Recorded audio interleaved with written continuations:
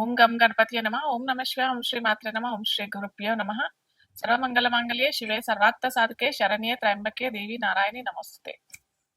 ఈరోజు మనము గురుగ్రహం అంటే బృహస్పతి మనకి ఈ వైశాఖ మాసంలో అంటే మే 14వ తారీఖున వృషభ రాశి నుంచి మిథున రాశికి సంచారం జరుగుతుంది. సో మే మే 14వ తారీఖు రాత్రి 10 గంటల సమయంలో గురుగ్రహ సంచారం మిథున రాశిలోకి ప్రవేశించబోతుంది అనమాట. సో ఈ మనకి సౌరమండలంలో అతిపెద్ద గ్రహాల్లో ఒకరు గురుగ్రహం. సో ఈ గురుగ్రహం ఏంటంటే మొత్తం భూమండలంలో ఉన్న అన్ని జీవరాశులకి ఈ ప్రభావం ఏ ఏ రాశిలో అతను అయితే సంచారం జరుగుతుంది ఆ రాశికి తగినట్టుగా మన మన ఏమంటారు స్వంతగా మనకు ఉన్న రాశిలో అలాగే గోచార రీత్యా కూడా చాలా మంచి ప్రభావము, చాలా చెడు ప్రభావము. చెడు చాలా తక్కువ. మనకి గురుగ్రహం ఏంటంటే శుభగ్రహం అని అంటారు. దేవగురు అనమాట బృహస్పతి. సో అందుకే ఎక్కువగా చెడు ఫలితాలు అయితే ఇవ్వడు. ఇన్ జనరల్ గా గురుగ్రహము చెడు ఫలితాలు ఇవ్వడు. కాకపోతే ఎక్కడైతే చెడు చేయాల్సి వస్తుందో అక్కడ మటుకు ఆరోగ్యరీత్యా కొద్దిగా ఏదన్నా చిన్న చిన్న అనారోగ్యానికి సంబంధించిన ఏమన్నా వ్యాధులు ఇచ్చేటట్టు ఉండి ఖచ్చితంగా ఇవ్వాలి అనే వాళ్ళ దశ అంతర్దశల్లో ఉండి గోచార రీత్యా కూడా గురు సరి అయిన స్థానంలో లేనప్పుడే మటుకు గురుగ్రహం అలాంటి ఫలితాలు ఇచ్చే అవకాశం ఉంటుంది. కానీ జనరల్గా చూసినట్టయితే మనకి సంతానానికైనా కానీ శుభకార్యాలకి అని అంటే ఒకరు గృహం కట్టుకోవాలి లేదా ఉద్యోగ రీత్యా అక్కడ ట్రాన్స్ఫర్ అవ్వడానికైనా కానీ లేదా కొత్త ఉద్యోగం వెతుక్కోవడానికైనా కానీ దేశ సంచారం కోసమైనా కానీ తీర్థయాత్రల కోసమైనా కానీ గురువు ఎప్పుడు మనకి శుభ ఫలితాలే ఇస్తాడనమాట.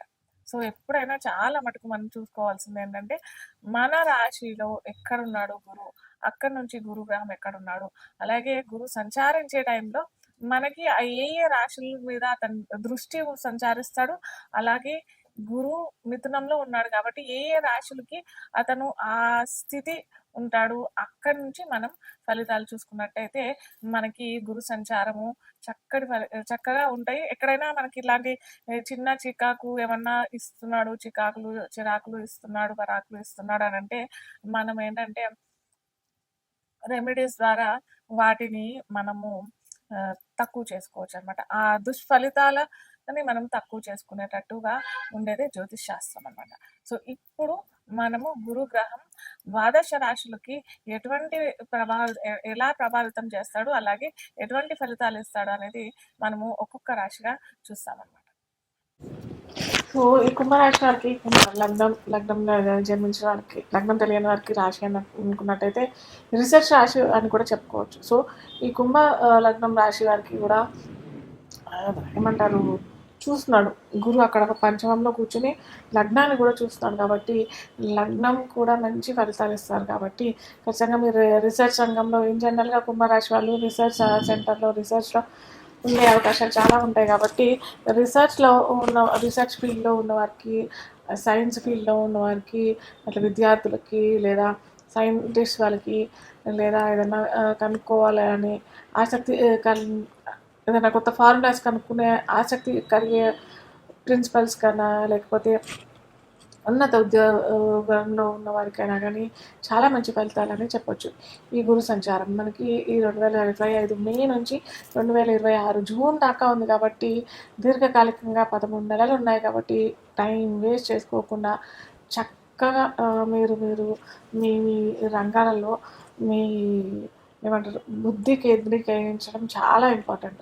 ఎందుకంటే ఇంకొకటి ఏంటంటే దీని ద్వారా మీకు లాభం చేకూర్చే అవకాశం ఉంటుంది. ఎందుకంటే ద్వితీయంలో శని సంచారం జరుగుతోంది, లగ్నాన్ని మనకి ఇక్కడ చూస్తున్నాడు, అలాగే లాభాన్ని కూడా చూస్తున్నాడు. కాబట్టి డబుల్ యాక్టివేషన్ ప్రిన్సిపల్ అని అంటాం మనము. సో ఈ డబుల్ యాక్టివేషన్ ప్రిన్సిపల్ కూడా నడుస్తుంది. కాబట్టి ట్రేడింగ్లో ఉన్నవారైనా కానీ లేదా ఇన్వెస్ట్మెంట్స్లో ఉన్నవారైనా కానీ వ్యాపార రంగంలో ఉన్న వాళ్ళైనా కానీ చాలా చక్కటి ఫలితాలే ఇస్తాడు గురువు సంచారం కుంభలగ్నం వారికి.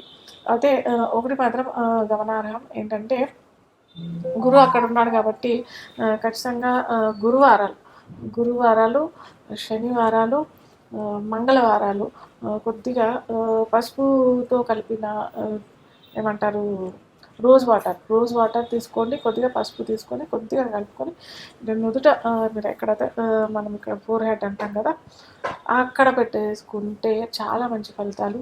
లేదా మీరు ఏదన్నా అప్లై చేస్తున్నారు, ఏదైనా రంగంలోకి వెళ్ళాలి, ఏదన్నా ఉద్యోగ రంగంలోకి వెళ్ళాలి, కొత్తగా అప్లై చేసుకుంటున్నారు, లేదా ఏమైనా ఫామ్స్ ఫిలప్ చేస్తున్నారు, వ్యాపార రంగంలో ఉన్నవాళ్ళు ఏదన్నా కొత్తగా సెటప్ చేద్దాం అనుకున్నారు, స్టార్టప్ చేద్దామని అనుకున్నవారు, వీళ్ళంతా ఏంటంటే నేను చెప్పిన రోజుల్లో మీకు ఒకవేళ అవకాశం కలిగితే చేసుకొని ఈ నుదుటన ఇది పెట్టేసుకుని ఆ తిలకం పెట్టుకొని వెళ్తే మటుకు చక్కటి ఫలితాలు వస్తాయి.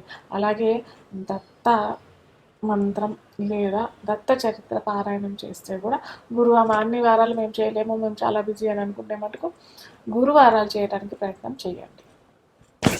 మీన రాశి, మీన లగ్నం తెలియని వారికి రాశి అని అనుకున్నట్టయితే మీన లగ్నం వారికి ఎలా ఉంటుంది గురు సంచారం ఫలితాలు అని మనం ఇప్పుడు చూద్దాం. అయితే మీన లగ్నానికి అధిపతి ఎవరు అని అంటే ఇక్కడ మనకి గురుగ్రహమే అవుతాడు.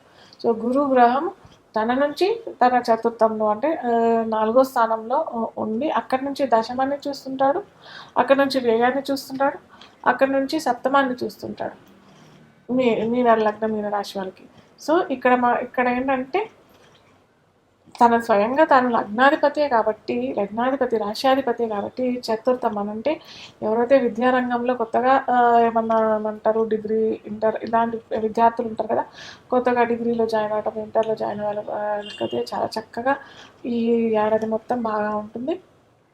ముఖ్యంగా ఏమంటారు బ్యాంకింగ్ రంగంలో లేదా ఫైనాన్స్ రంగంలో ఉన్న వారికి అయితే చాలా మంచి ఫలితాలే ఇస్తాడు గురు అని చెప్పుకోవచ్చు. ఎందుకంటే అక్కడి నుంచి దశమాన్ని కూడా చూస్తాడు, సప్తమాన్ని కూడా చూస్తాడు, చతుర్థాన్ని చూస్తాడు. అంటే 3 యాక్టివేట్ అవుతాయి, 3 కేంద్రాలు యాక్టివేట్ అవుతాయి కాబట్టి మనము కేంద్ర కోణాల్లో విష్ణు లక్ష్మీ స్థానాలు అని అంటాం కాబట్టి ఇవి అన్నీ యాక్టివేట్ అవుతాయి. అలాగే దీర్ఘకాలికంగా మాకు ఇల్లు లేదు నివాసం ఉండడానికి అని అనుకునే వారికి కూడా ఇల్లు వచ్చే అవకాశం, గృహయోగం అని అంటాం కదా, గృహయోగం కలిగించే అవకాశం, లేదా కొత్తగా స్థలాలు కొనాలి మేము ఇన్వెస్ట్మెంట్ పర్పస్ కోసము అవ్వట్లేదు అని అనుకునే వారికి చక్కటి ఫలితాలని చెప్పొచ్చు. చక్కటి ఫలితాలు ఇస్తాడు గురుగ్రహం చతుర్థంలో ఉండి.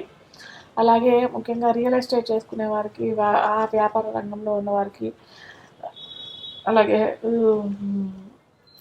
వ్యవసాయ రంగంలో ఉన్న వారికి కూడా కొత్తగా ఏదైనా పంటలు మేము చేయాలని అనుకుంటున్నాం, రీసెర్చ్ చేసి అది ఎలా ఉంటుందో మేము ఎప్పటి నుంచో అని అనుకుంటున్నాం కానీ అది అవ్వట్లేదు అని అనుకునే వారికి కూడా చాలా మంచి ఫలితాలే ఇస్తాయి. కాకపోతే ఇక్కడ లగ్నంలో శని సంచారం కూడా నడుస్తుంది కాబట్టి కొన్ని అవరోధాలు ఇయ్యే అవకాశాలు, అన్ని రంగాల వాళ్ళకి అవరోధం వచ్చే అవకాశం చాలా ఉంటాయి కాబట్టి మీరు దానికి దండాలు పెట్టాల్సిన అవసరం ఏమీ లేదు.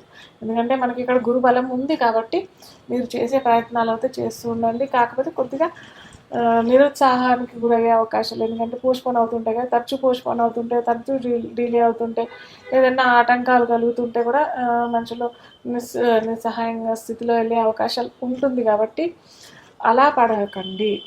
ఎందుకంటే మనకి సత్ఫలితాలే ఇస్తాడు గురుగ్రహం కాబట్టి అటు వ్యాపార రంగంలో ఉండేవారికైనా కానీ వివాహం చేసుకునే వారికి కూడా చాలా మంచి ఫలితాలు దక్కుతాయి. ఎందుకంటే అక్కడి నుంచి గురువు మనకి ఏంటంటే చతుర్థం యాక్టివేట్ చేస్తున్నాడు అని అంటేనే అటు సుఖస్థానాన్ని కూడా యాక్టివేట్ అవుతుంది.